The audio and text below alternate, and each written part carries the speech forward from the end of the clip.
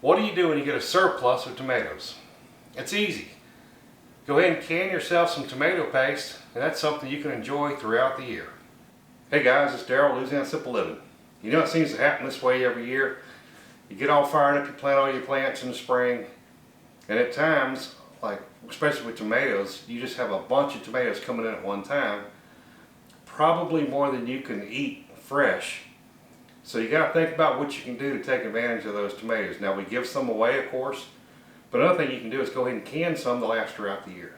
And I use my tomatoes to make a variety of things, including like a tomato juice or V8 juice. You can make a salsa. You can also make tomato paste out of it. That's what I'm going to show you how to do today. So this episode is another of my Garden to Jar series. So go ahead and subscribe, ring the notification bell, and like the video. So let's get started. Using Martino's Roma. Let me grab some of these.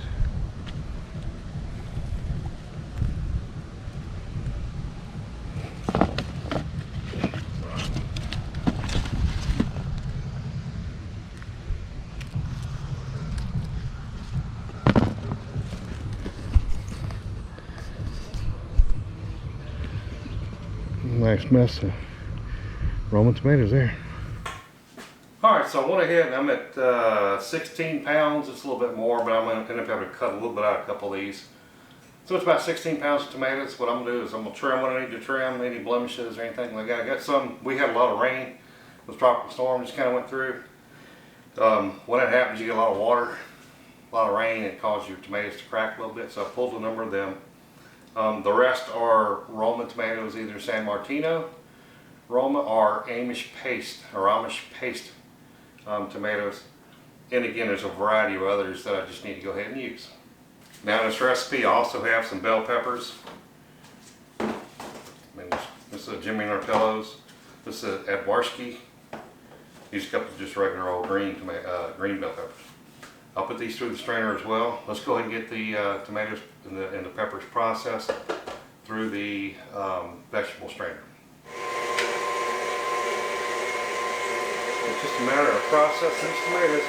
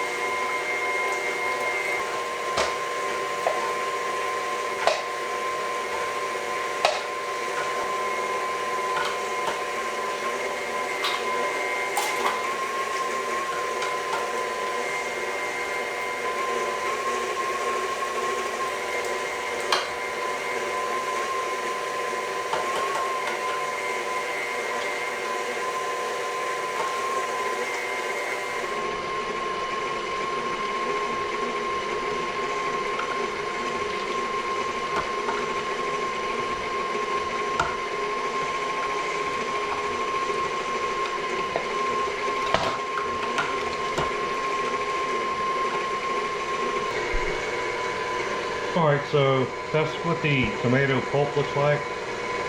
And you can tell this, I'm going on my second bowl of juice here. There's a few seeds in the bottom, but most don't get through.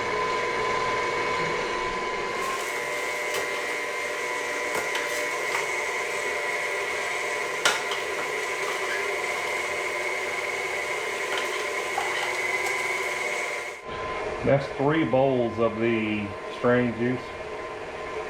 I got one more, almost a half, and I'm still putting my peppers through there, through my strainer. Let's just do that real quick.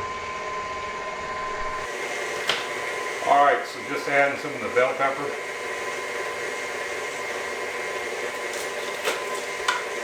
These were not huge, so I used about 3 of them. One was just a regular old Jimmy Nartello's pepper. The other 2 were just kind of green bell peppers. I don't remember the brand or the type, but you can tell. You can tell coming out you got the green bell pepper. But the juice is going to go in. You can see the green versus the red for the tomato in the juice here.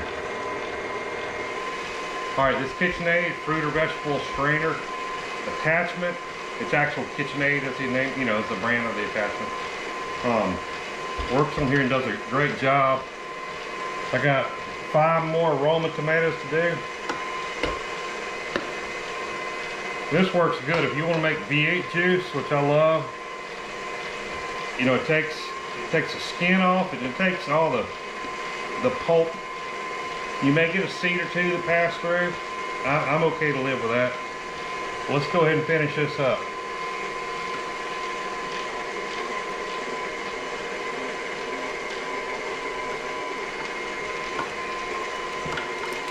All right, last one. You can see all the pulp, it just comes out.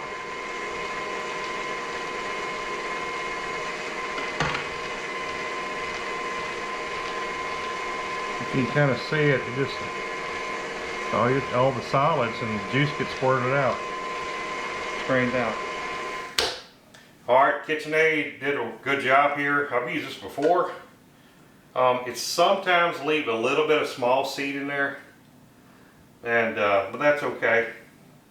So I'm going to transfer this over to the pot on the stove, and we'll get that rolling. Alright, I went ahead and transferred all the tomato juice. You can see a little tint of green from the bell pepper. So I went ahead and transferred that over to my stove into a pot. The next thing we're going to do is add a couple of different ingredients. Onion, salt and pepper, citric acid to make sure it's preserved well, and a couple other ingredients.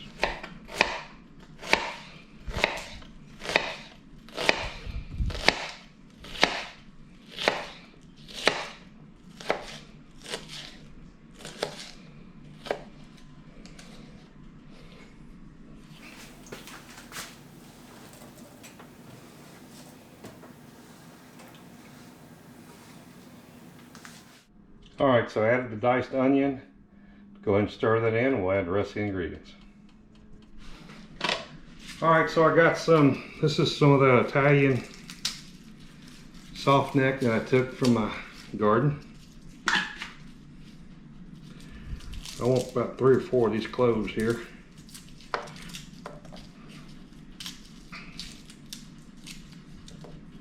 These have finally cured pretty good, so I'm happy with that. All right.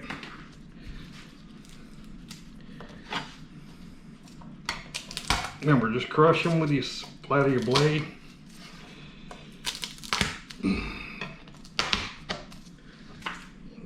We'll go, I had written down about 3 or 4 cloves. I love garlic. I think it could use, let's see, 5 cloves this time. Alright, I'm going to add about 4 or 5 of these pretty small cloves of garlic. Use my little mixer here. Now, this is garlic from the garden you saw me harvest. This is just like curing, just getting right. I've used some since subsequent to now, and it really wasn't cured all the way. Still tastes good, but. So using this little mixer, we'll put some 4 or 5 cloves of garlic in here.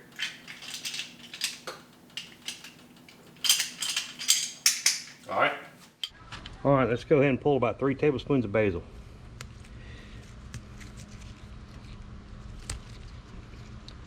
I'll go inside and cut it up on the board. Alright, I also need some fresh oregano. The calls for actually 1.5 teaspoons of dried oregano. I prefer using the real stuff since I got it, it's fresh. You typically, you know, maybe up to double what the dried amount is. So we'll go ahead and chop this up and throw it in as well. Alright, so I got my oregano. Let's bring it inside, chop it up and throw it in. Alright, got some fresh oregano. Let's go ahead and chop it up.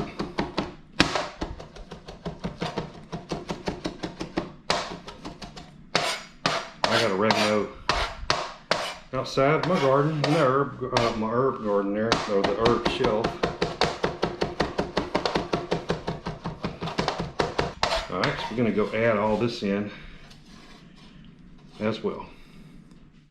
Alright, I just cut up, you can see the green. I missed taking a picture of it, or I missed filming it, but I just added about 3 tablespoons of fresh basil.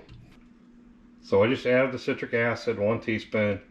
In it, if you can use lemon juice, or you can use the citric acid, because the lemon juice contains citric acid, and it basically helps set you up so that the bacteria have a difficult time growing in something that you can. So it's important that's acidic if you're doing the pressure canning technique. All right, added my garlic, all my ingredients. We're just going to give us a little stir. You just want to make sure it don't stick on the bottom. I do have it on pretty hot because I need it to cook. It's going to cook for 2.5 hours or so. I want to go ahead and get it hot because I don't want to be up too late because I got work tomorrow. All right, so been cooking down a couple hours now. Needs to go down a little bit more. Want to where it's really sticking to the spoon good. So need a little bit more of that water out of here. All right, so we got tomato paste, been cooking a number of hours. The tomato juice level started right about here, where that edge is, where that ring is. And you know, it's all the way down. You only got probably a little more, maybe an inch left. So it's super, super condensed. I'll tell you what, if you could smell this, you know, you definitely know you're cooking tomatoes because it's a real concentrated tomato paste. So we're at this point, we're ready to go ahead. I think I'm happy with the how much it's kind of reduced down. So we're about ready to go ahead and put it in a jar, put it in the pressure canner, and preserve this tomato paste throughout the year. All right, so now we got the tomato paste at the consistency it needs to be at. I've already got my half-pint jars out, put them in the pressure canner, sanitized them and all that, got them sitting out here. So now we're ready to start going ahead and filling up our jars.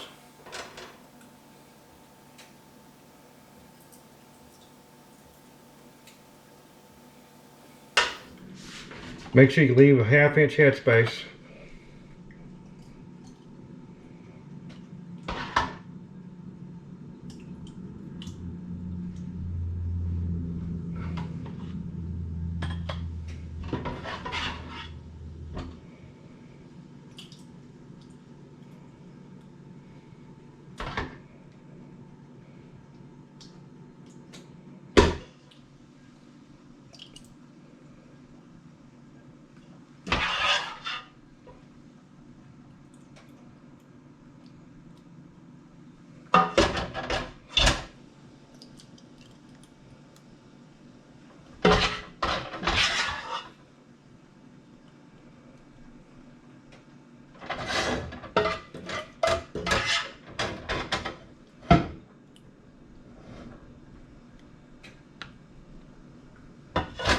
Alright, so this filled up about 7 of these half pints.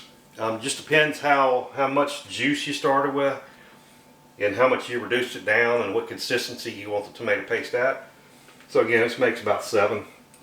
That'll last me a good part of the year. So it's really nice to be able to take your fresh tomatoes, your fresh produce from the garden.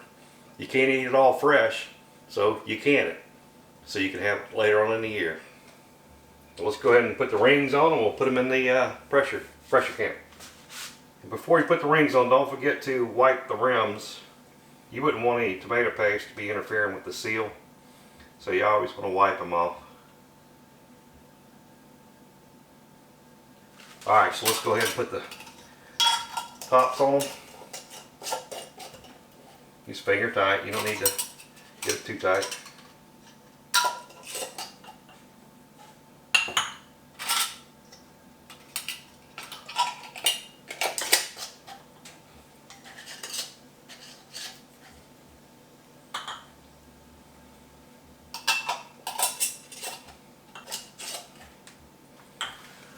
Alright, so now we got that in place. Let's go ahead and transfer them over.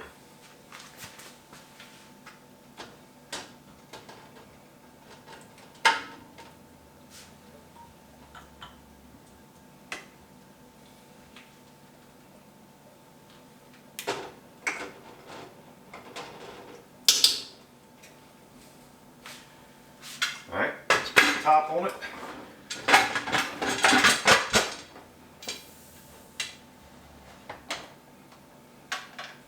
We're good to go. We're going to bring up the temperature. Get it really boiling. Alright, so we'll end up processing it about 45 minutes. At that point, we'll let it cool off, take it out, put it on the sheet, let it sit there for 24 hours, and listen to it pop. Alright, let's go ahead and, this is cooled off enough, I think. Yep.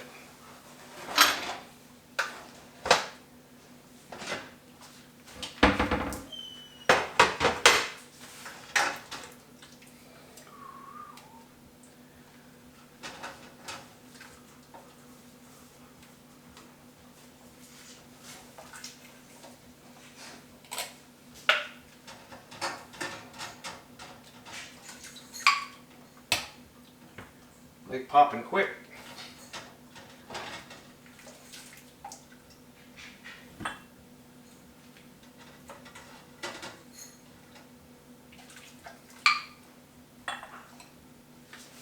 You can hear them popping. So got me some good tomato paste canned. We'll go ahead and put a sticker on it, let it cool off a little more till it pops. Give it 24 hours. A couple of them started popping already. Then we'll put it in my pantry and be able to use it throughout the year. So hey guys, thanks for coming back to Louisiana Simple Living today. So when you have a surplus of tomatoes, you got too many, what can you do with them? Well, obviously give them away to family and friends, but then you still got a bunch. Then go ahead and do some things to be self-reliant and process them, can them yourself, so you can have them throughout the year. And as you can see, making tomato paste is a very, very simple process, and it's a very safe process. It blows away the tomato paste you can buy from the store in a can, and it's organic. You know what's in it. If you haven't subscribed as yet, please subscribe, ring the notification bell, and like the video. Share it with all your family and friends. And don't forget to make memories now rather than later. And as always, I'll see you on the next video.